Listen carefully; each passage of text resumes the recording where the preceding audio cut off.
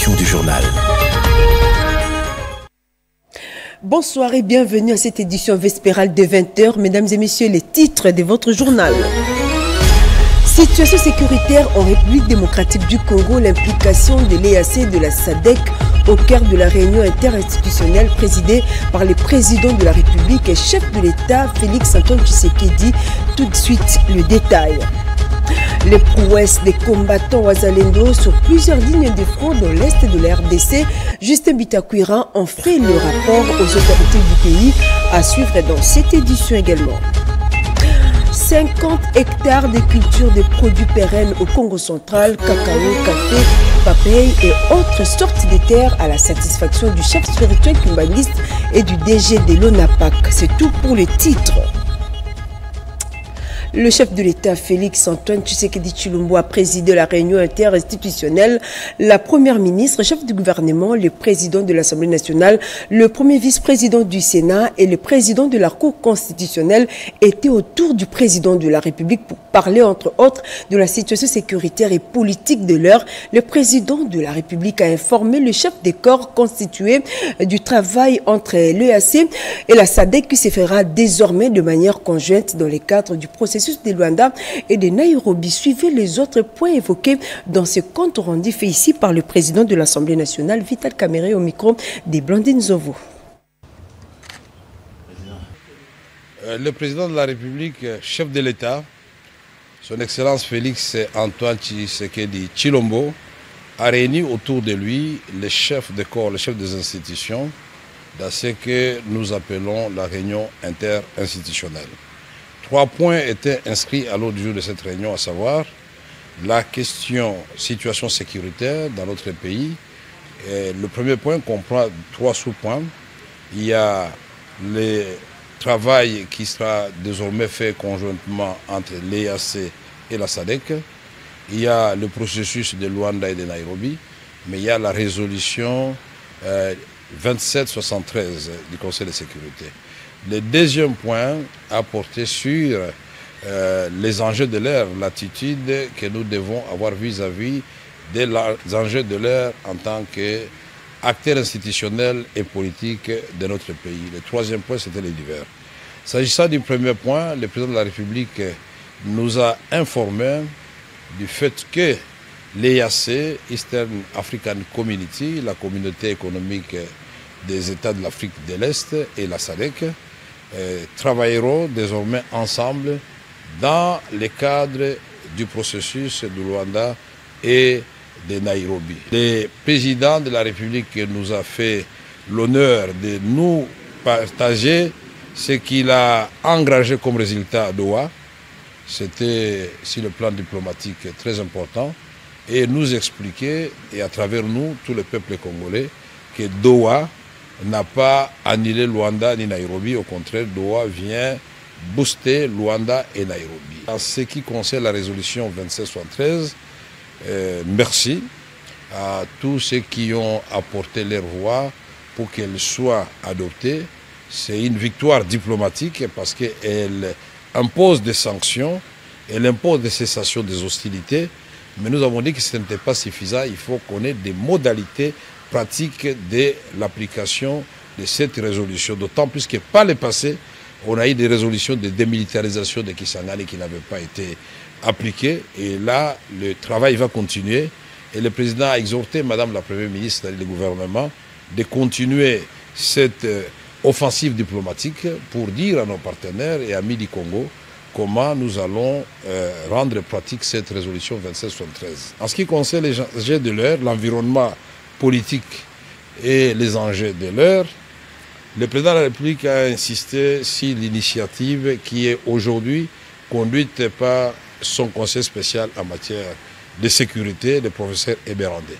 Et il a tenu à préciser qu'il a pris cette initiative et elle constitue une première étape qui devra amener à terme, après de pourparlers, après des discussions, à la formation d'un gouvernement d'union nationale, mais surtout que la République démocratique du Congo recouvre totalement son intégrité territoriale et sa souveraineté nationale.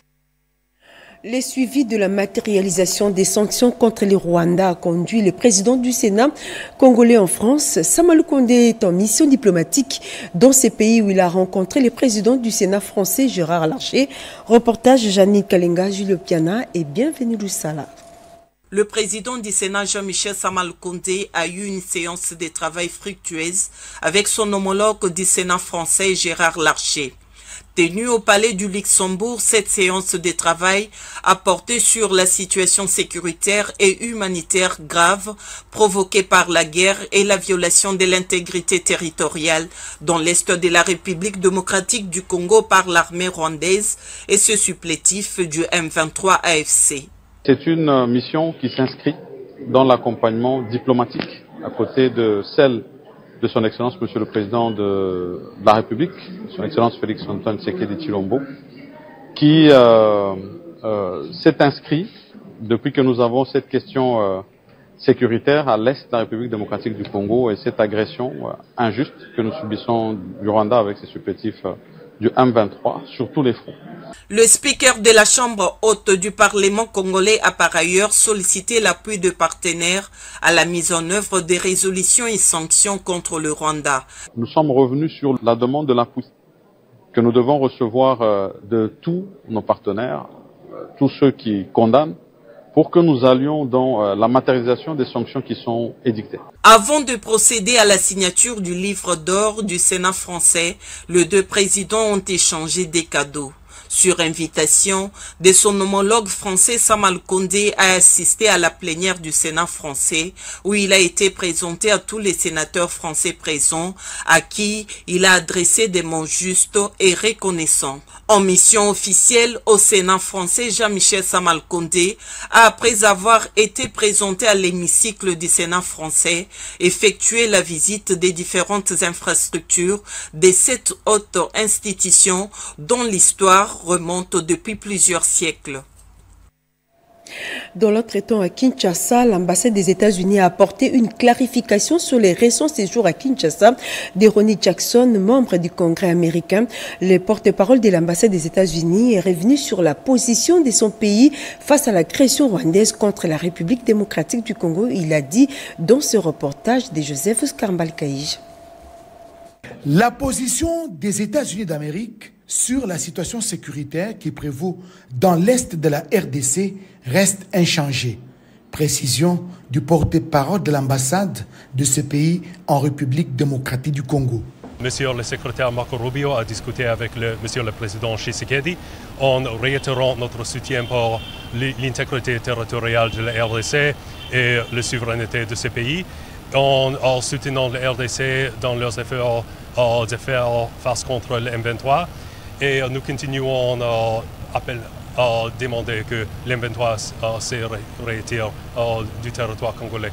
Notre politique ne change pas. Au sujet de la dernière visite à Kinshasa de Ronnie Jackson, membre du Congrès américain, le porte-parole de l'ambassade américaine en RDC précise. Aux États-Unis, dans notre système, il y a 3 branches égales du gouvernement. Le judiciaire, le Congrès et l'exécutif, c'est-à-dire la Maison-Blanche et plusieurs départements. Et M. Ronnie Jackson est venu en tant que membre de la Commission des Affaires étrangères du Congrès. L'envoyé spécial, c'est une position qui est nommée par le président et confirmée par le Sénat. Par contre, M. Jackson, étant membre de la Commission des Affaires étrangères de la Chambre des représentants, une partie de notre Congrès, ainsi que la sous-commission de l'Afrique.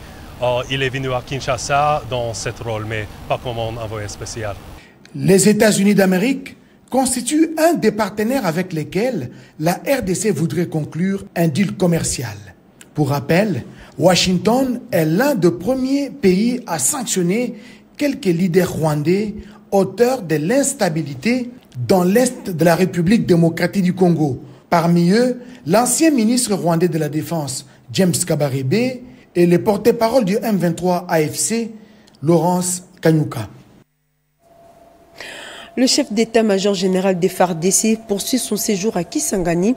Il a visité le mardi 25 mars 2025 le militaire en formation au centre d'instruction des Lukusa. À Kisangani, où il est en mission de commandement et de contrôle, le chef d'état-major général du FARDC a consacré la journée de mardi 25 mars 2025 à la visite des militaires en formation. Le centre d'instruction Lukusa est le deuxième site ciblé par cette série de visites. Le lieutenant général Bonzamina Mboué-Gilles a suivi avec intérêt la situation de la formation des militaires présentée par le général Poutela Korito Bertin, commandant du groupement CIC. Après avoir donné quelques orientations liées aux normes de l'instruction, il a visité les stands des militaires en formation et participé aux exercices de tir.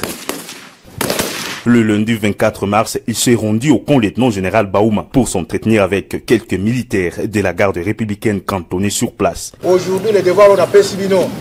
Parce que Ngaï Mokozamboka a fait ça, il faut tout kumbango na bino nyonso. Toyokani? Devoir tozali nango ezali ya honorer bandeko na biso bakufa. Devoir tozali nango ezali honorer ba population oyo bakufa ki ba bazaki torturer bazaki violer. Tozali nango ezali ya kolongola image ya mabe mbuma muke ya ba délinquants oyo bakotaka na musala na biso balinga basa nini armée mobile. Et pour ce faire, nous devons nous comporter différemment ya lolenge bango ba se comporter. Nous devons aller tozongi sa mongona esika nini esika otaki.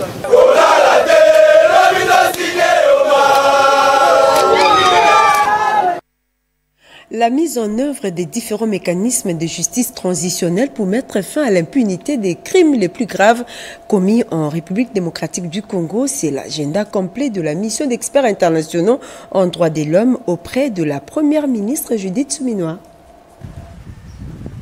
La justice transitionnelle en RDC au cœur des échanges entre la chef du gouvernement et l'équipe d'experts internationaux de droits de l'homme conduite par sa présidente Marie-Thérèse Keïta Bokoum. Les discussions ont essentiellement porté sur la réparation de victimes des atrocités dans l'est de la RDC et le stratégie pour mettre fin à l'impunité à l'égard des auteurs de ces graves violations de droits humains. Nous avons vraiment 3 équipes aujourd'hui qui travaillent en RDC à la demande du Conseil des droits de l'homme pour justement appuyer le Congo, la RDC et le gouvernement notamment à aider à mettre en place cette lutte contre l'impunité, d'autant plus qu'on a depuis le mois de janvier une recrudescence de la crise qui a créé beaucoup de souffrances, notamment beaucoup de déplacés, beaucoup de victimes, beaucoup de réfugiés, avec aussi l'ouverture des prisons qui a laissé ouvert beaucoup de criminels et qui sont un véritable problème aujourd'hui pour la sécurité des populations. Et là, c'est notamment la question des défenseurs des droits de l'homme qui sont attaqués et menacés de tout. Pour la mise en œuvre de cette justice transitionnelle et la lutte contre l'impunité en RDC,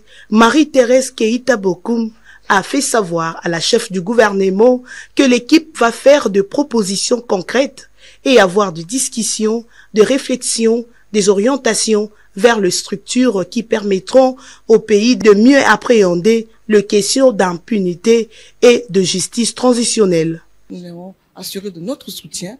Nous avons vraiment exprimé nos regrets pour ce qui vient de se passer, ce qui se passe dans l'Est, et nous appelons à la vigilance pour avoir justement des stratégies préventives, pour ne pas que cela se répète ailleurs. Les experts de droits de l'homme saluent par ailleurs la détermination de la première ministre dans la lutte contre l'impunité au pays et le processus de mise en œuvre rapide de la justice transitionnelle, mais aussi les efforts pour le retour de la paix dans l'est de la RDC.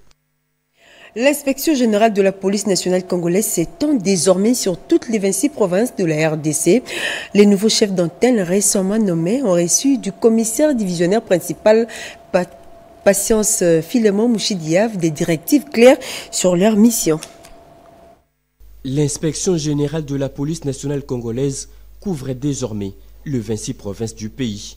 Sur décision du vice-premier ministre, ministre de l'Intérieur, 10 chefs d'antenne ont été désignés pour assurer cette mission. Pour parfaire la démarche, le commissaire divisionnaire principal, Patience Philomène Mouchidiav, a rencontré ses responsables pour leur transmettre les directives essentielles.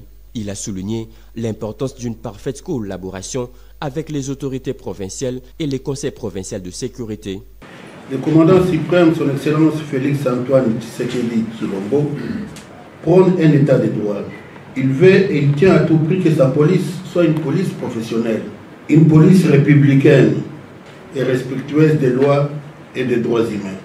Vous devez donc accompagner et veiller à l'effectivité et à l'application par les personnels de la police des textes légaux relatifs à la gouvernance sécuritaire.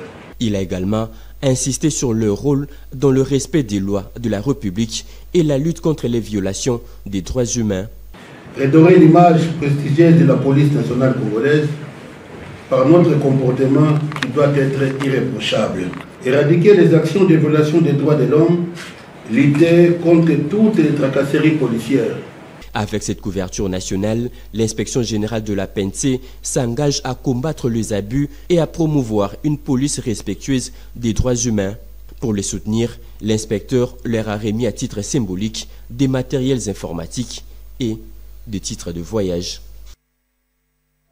La santé du cerveau et la santé mentale pour la culture de la paix et la prévention de la violence, c'est le thème de la conférence des plaidoyers pour l'appui au CNPP qui a totalisé 50 ans depuis sa création. Suivez. Cette messe scientifique s'inscrit dans le cadre du front scientifique et de la célébration du 50e du centre de neuropsychopathologique CNPP de l'Inikine pour permettre aux participants d'évaluer les réalisations en 50 ans et de réfléchir sur les perspectives. Déterminé à soutenir les efforts du garant de la nation, Félix Antoine Tshisekedi Tshilombo, pour bouter l'envahisseur Paul Kagame et son armée hors les frontières de la République, la ministre de l'Enseignement supérieur et universitaire, Marie-Thérèse Sombo, organise cette conférence de plaidoyer pour l'appui au CNPP pour rappeler les rôles que doit jouer cette institution dans la prise en charge des victimes des actions de l'armée rwandaise. Les besoins d'information et de soins de la population congolaise en santé du cerveau et en santé mentale, ainsi que les besoins d'expertise dans ces deux champs d'action, obligent tous les acteurs de la société et les gouvernants, pour raison de sécurité nationale, à porter un nouveau regard sur l'investissement que nécessite le CNPP Inikine. Représentant la première ministre empêchée, le vice-premier ministre du plan Guilain Nyembo a invité les participants à poser un diagnostic sans complaisance devant permettre le CNPP à rayonner sur l'ensemble du territoire national. À son tour, le ministre de la Santé, Roger Kamba, a salué le travail qu'a le CNPP avant de plaider pour sa modernisation. Les consultations politiques menées par le Conseil spécial du chef de l'État en matière de sécurité ont permis aux cadres de l'UDPS de s'aligner dans l'ordre établi au sein du parti. C'était à l'occasion de la réception de la délégation de l'UDPS conduite par le secrétaire général Augustin Kabouya par les conseillers spéciaux du chef de l'État en matière de sécurité. Suivez. Ce n'est pas un partage des gâteaux comme d'aucuns peuvent le penser. C'est un gouvernement de combat sans parti pris et qui tiendra compte de l'intérêt général de tous les Congolais. Ces propos sont de Julien Paloukou à la tête de la délégation du regroupement politique AB50 reçu mardi par le conseiller spécial en matière de sécurité, le professeur Désiré Cachemire et Bérande, dans le cadre des consultations politiques initiées par le chef de l'État Félix Antoine Tshisekedi Tshilombo. Dans la même optique, plusieurs autres regroupements politiques affiliés à l'Union sacrée, parmi lesquels les AFDCA, AAAC, ACP, ont émis un vœu commun, celui de relever et d'instaurer la paix dans une cohésion nationale solide. L'initiative, c'est que nous a été dit par le conseil spécial, c'est ramener tout le monde dans la seule vision de défendre ce pays, parce que le pays est menacé et il a besoin que toutes les Congolaises, que tous les Congolais se retrouvent autour du président pour voir comment nous devons veiller sur l'intégrité de notre territoire. Nous avons proposé que notre gouvernement ait deux priorités. La première, c'est l'intégrité nationale. Récupérer tous les lieux qui sont occupés par l'invasion rwandaise. Aussi, satisfaire les besoins sociaux de base. Nous avons demandé aussi que la jeunesse puisse rejoindre les drapeaux. Il s'agit d'abord du principe de la suprématie de notre constitution, qui est notre droit fondamental, fondement de notre pays, de l'attachement à l'intégrité de notre territoire, de nos frontières telles qu'héritées à la colonisation. Eh bien, nous avons souligné la nécessité d'une cohésion nationale Ici, il est noté que ces consultations se tiennent dans un climat de sérénité en tenant compte de toutes les tendances politiques, opposition comprise, sans aucune distinction. Après une semaine passée à Uvira au Sud Kivu, les nouveaux coordonnateurs du groupe des combattants Wazalendo et des retours à Kinshasa, Justin Bitakwira vient de présenter le rapport de sa mission aux autorités du pays, les films de son retour à Kinshasa dans ce reportage d'Eric Kabamba.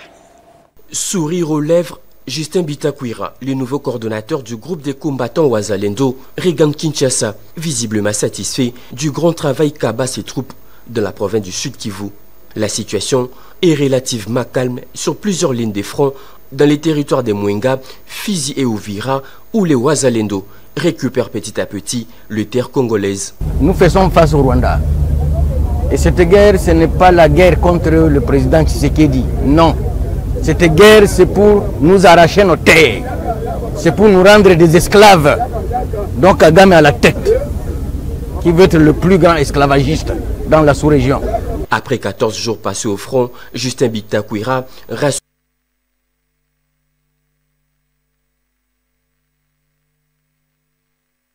de l'évolution de la situation. Nous pouvons trouver des solutions face à cette guerre. Il ne faut pas que les Congolais se sentent fatalistes. Alors je demande à tous les tracteurs, à tous les intoxicateurs de nous laisser nous battre et de ne pas mettre de l'huile sur le feu. Je demande à tous les Kivusiens, à travers le monde entier, que nous nous mettions ensemble, réfléchissons et chassons l'ennemi. Accueilli à l'aéroport international de Njili par les militants de sa formation politique, cet élu national, durant son séjour à Kinshasa, est venu rencontrer toutes les autorités du pays pour présenter déjà le rapport de sa mission dans cette partie du pays. Avant de poursuivre cette édition du journal, un communiqué émanant du parquet général près la Cour des comptes. En voici les libellés. Les procureurs généraux près la Cour des comptes portent à la connaissance de l'opinion tant nationale qu'internationale la violation des principes de réduction des comptes par certains responsables d'entreprises du portefeuille de l'État et établissements publics pour l'exercice 2022 et 2023. Il ressort du rapport établi par les greffes centrales de la Cour des comptes que pour l'exercice 2022, 5 entreprises du portefeuille sur 30 ont déposé leurs états financiers à la Cour des comptes. S'agissant des établissements publics, aucun sur 75 n'a déposé d'état financier à la Cour des comptes. Pour l'exercice 2023, 3 entreprises du portefeuille sur 30 ont transmis leurs états financiers à la Cour des comptes. S'agissant des établissements publics, 9 sur 75 ont déposé leurs états financiers à la Cour des comptes. Le procureur général près la Cour des comptes invite les différents responsables des entités concernées aux fins de les auditionner sur les causes de la non-transmission des états financiers à la Cour des comptes. Les résultats de ces auditions détermineront le procureur général près la Cour des comptes a déféré les responsables de la non-transmission des états financiers devant la Chambre des disciplines budgétaires et financières pour statuer sur les fautes de gestion ou à décréter ou non liées à leur endroit. C'est signé Salomon Toudiéché.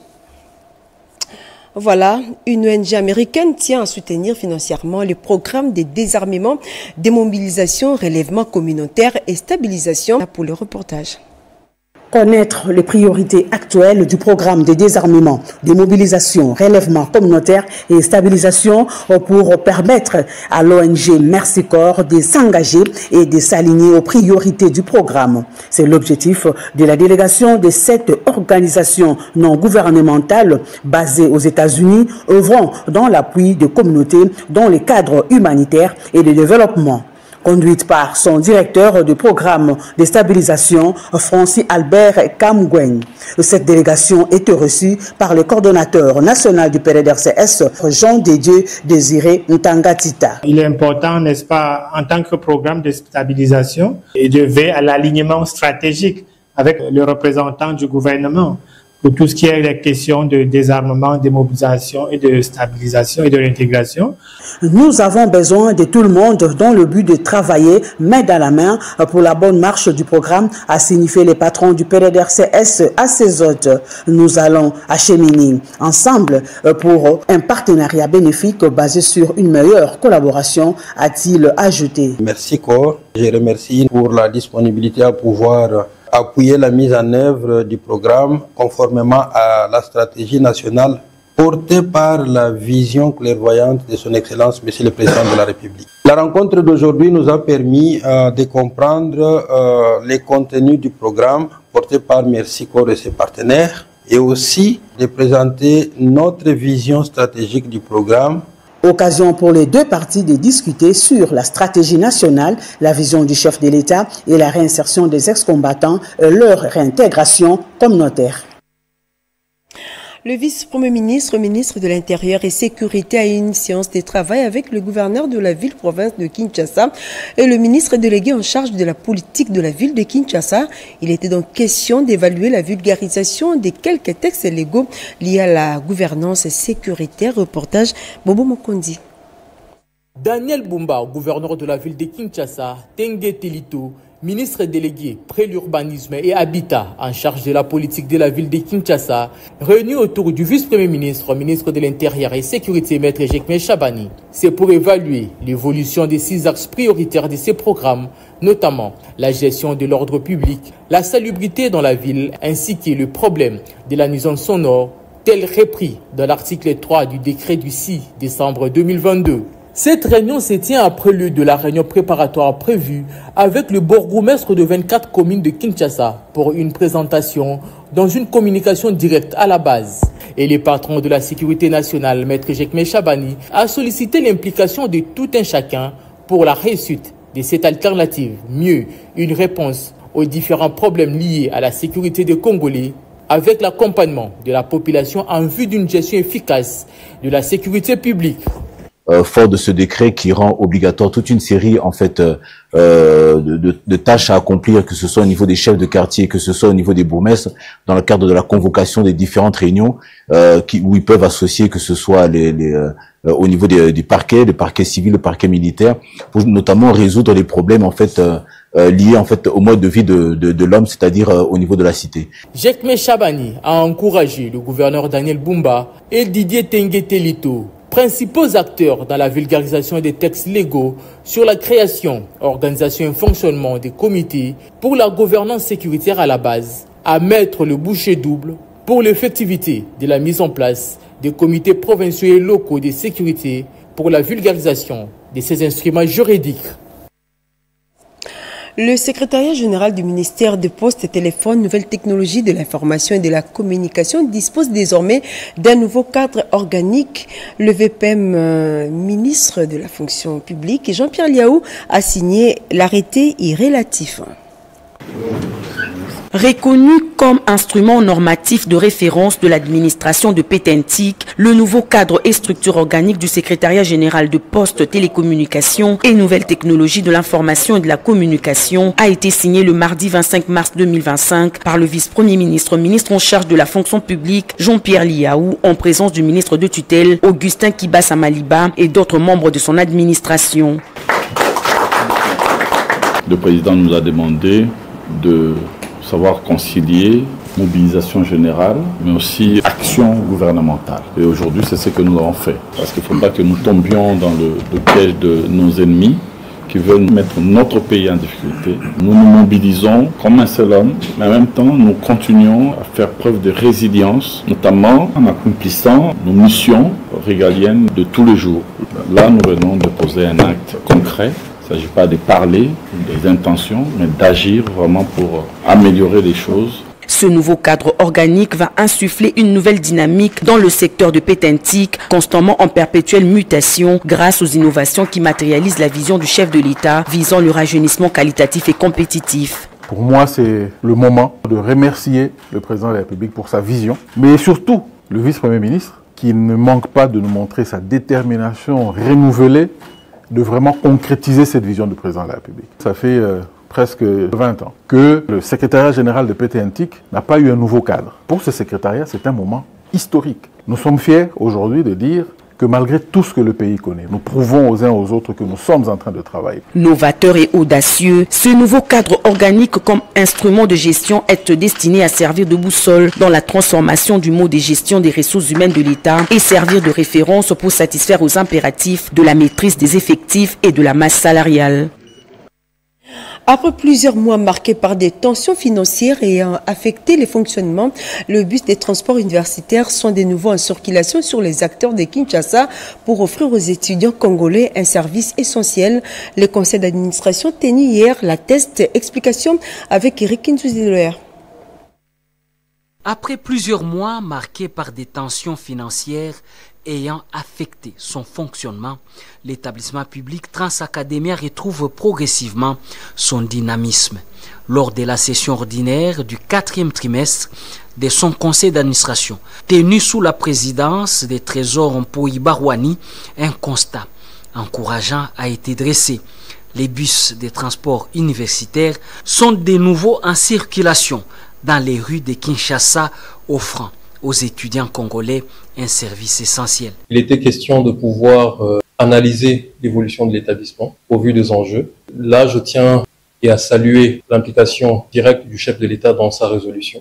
L'implication du VPM Jean-Pierre Bemba Gombo, le ministre de Transport, le ministre de Finances Doudou Fouamba et le ministère du Budget qui se sont impliqués d'arrache-pied pour pouvoir nous permettre de trouver une issue favorable à cette grève.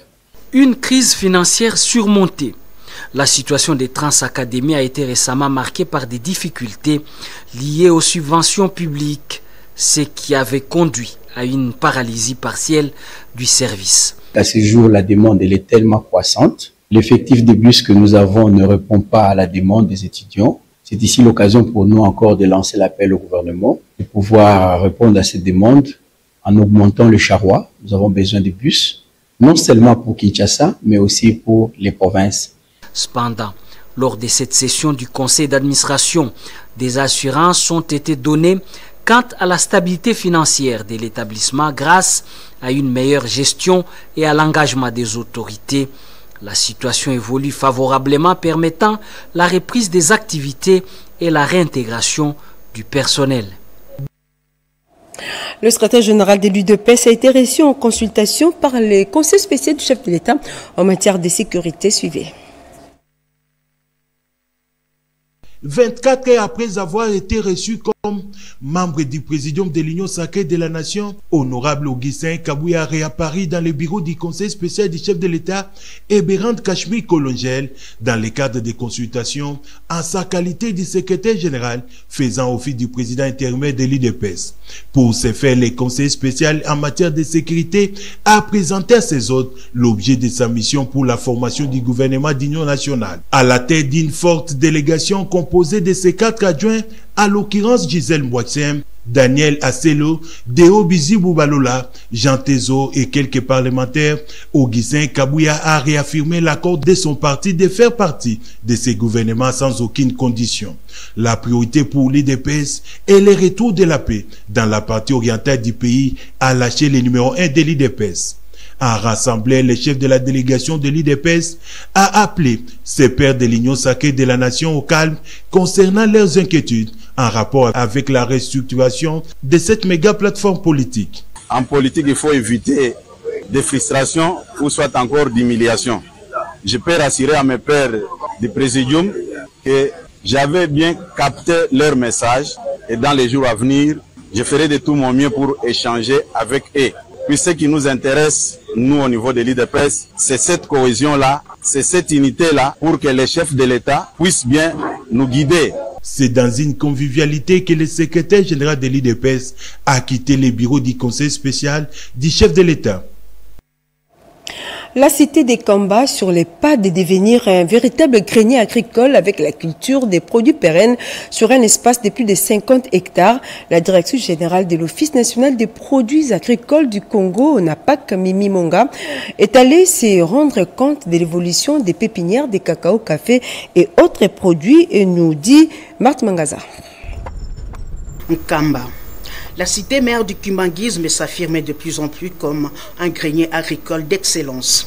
La confirmation vient d'être réalisée par l'Office national des produits agricoles du Congo, ONAPAC, qui, à travers sa directrice générale, Mimi Monganumbi, avait déjà senti les vents en y œuvrant il y a quelque temps une pépinière des produits tels les cafés, les cacao, la papaye et autres. Aujourd'hui, à l'occasion de la célébration du 107e anniversaire de naissance de Papa Diangenda, Mimi Monganumbi vient de faire d'une pierre deux coups. L'Office national des produits agricoles du Congo a eu la bénédiction du père spirituel Simon Kimbangu Kiangani pour ouvrir la culture des produits pérennes, à savoir les cafés, les cacao, les piments de Cayenne, la papaye.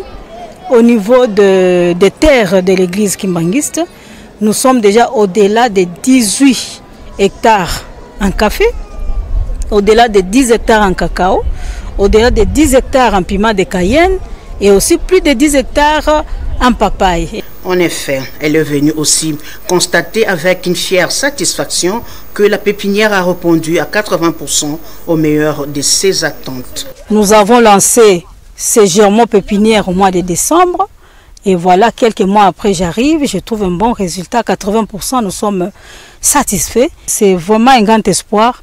À partir de ce que nous avons vu aujourd'hui, il y aura un boom économique qui va commencer ici en Kamba. Il ne reste plus qu'à transplanter les jeunes plants sur l'espace d'une 50aine d'hectares par l'ONAPAC. Après l'apport des experts internationaux venus de plusieurs pays aux travaux de l'élaboration et relecture du projet de loi sur les contenus locaux de la sous-traitance en RDC, la Banque mondiale, en collaboration avec plusieurs autres experts locaux, ont à leur tour porté un regard critique sur cet avant-projet de loi. Les explications dans ce reportage. À la suite des travaux de la relecture de la loi sur la sous-traitance dans le secteur privé et la rédaction de l'avant-projet de la loi sur le contenu local tenu sous la supervision du ministre de l'Industrie, Petites et Moyennes Entreprises, Louis Watoum Kabamba, le directeur général de l'ARSP, Miguel Kachel Katembe, œuvrant dans la vision du chef de l'État, Félix Antoine Tshisekedi Tshilombo, a pris l'initiative d'inviter les experts internationaux venus notamment de l'Afrique du Sud, de la France, de la Belgique et des États-Unis d'Amérique pour porter un regard extérieur par rapport à ces deux projets de loi qui seront soumis à la censure du gouvernement avant de suivre le parcours d'adoption de la loi au Parlement. À la requête du ministre de tutelle, les experts de la Banque mondiale ont tout aussi été sollicités pour apporter leur avis et considérations sur ces deux textes. Voilà ce qui justifie par ailleurs la tenue de cette première séance de travail entre le bureau de commission chargé de la relecture et de l'élaboration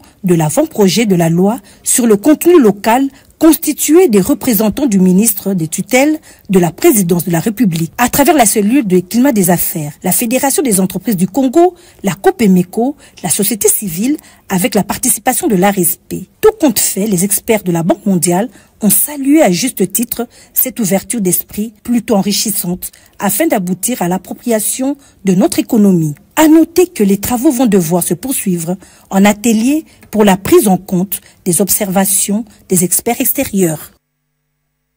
Et c'est la fin de cette édition des 20h. Je vous retrouve juste après ce journal pour un entretien exclusif avec un directeur de l'ARSP, Didier Kachala.